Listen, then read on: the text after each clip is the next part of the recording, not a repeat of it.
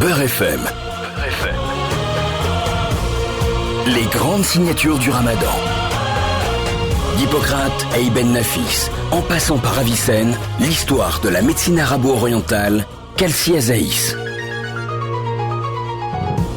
Assalamu alaikum wa rahmatullah. Bon Ramadan à tous.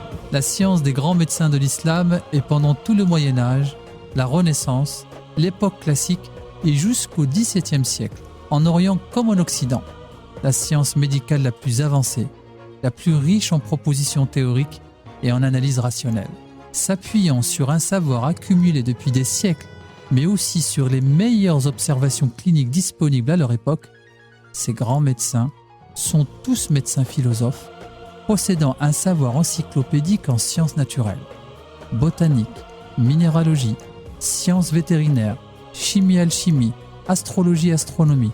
Ils comptent parmi les savants les plus notoires de la civilisation musulmane et leur réputation s'étendit au monde entier dès le Moyen-Âge. Parmi leurs multiples intérêts, ces grands médecins étaient à la recherche de connaissances universelles, de vérités incontestables fondées sur l'usage de la raison.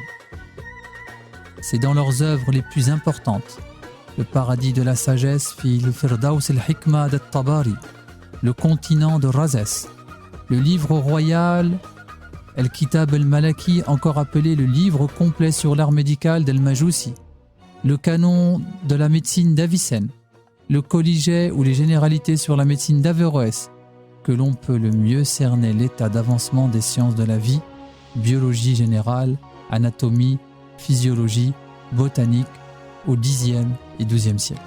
L'œuvre philosophico-scientifique des grands médecins de l'islam peut être considérée comme importante à deux points de vue.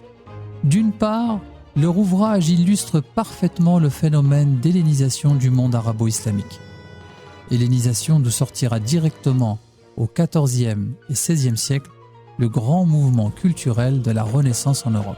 D'autre part, la pointe la plus avancée de la réflexion théorique de ces grands médecins concerne le fonctionnement du cerveau et annonce de façon très prémonitoire le développement contemporain des sciences cognitives, les 6 disciplines scientifiques constituant les sciences cognitives et leurs liens interdisciplinaires que l'on connaît aujourd'hui qui sont philosophie, linguistique, anthropologie, les neurosciences, l'informatique et la psychologie.